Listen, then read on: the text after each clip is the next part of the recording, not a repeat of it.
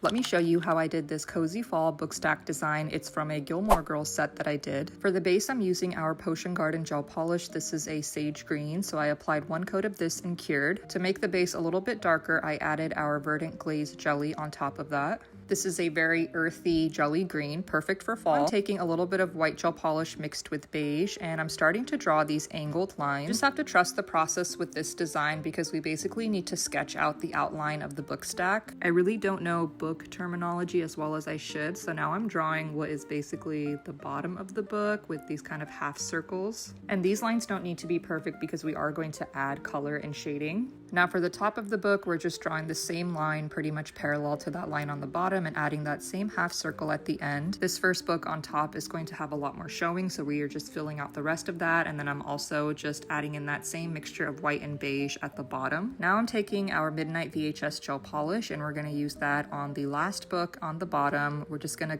fill it in between the lines because we are going to add some brown and shading as well. Then I'm using a brown gel polish for the second book. We're also bringing this around the sides towards the bottom of the book just to fill in those details as well.